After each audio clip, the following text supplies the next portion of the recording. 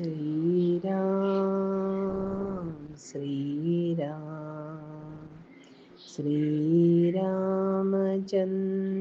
कृपाल भज मन हरण भव भयदारुणं नवकञ्चलोचन कञ्चमुख करकञ्जपद कञ्जारुणम् कन्दर्पगणितामितछविनव नीलनीरदसुन्दरं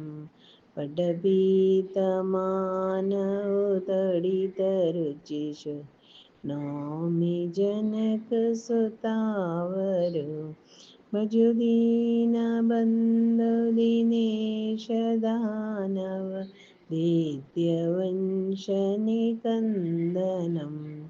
रघुनन्दनन्दकन्द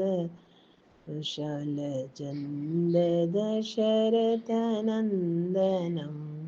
शिरमुकुटकुण्डलतिलकचार दारुअङ्गविभूषणम् आजानुभुजशरचापधर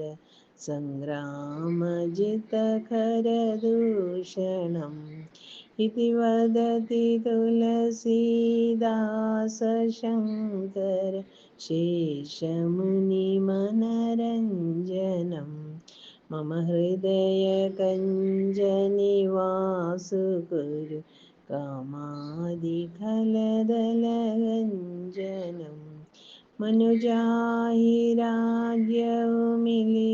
सोबर सहज सुन्दर सांबरो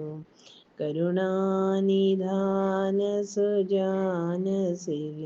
सन्निहु जानत रावरो यही भांति गारी असीस सुनि सिय सहित हिय हर्षियली तुलसी भवानी पूजी पुनि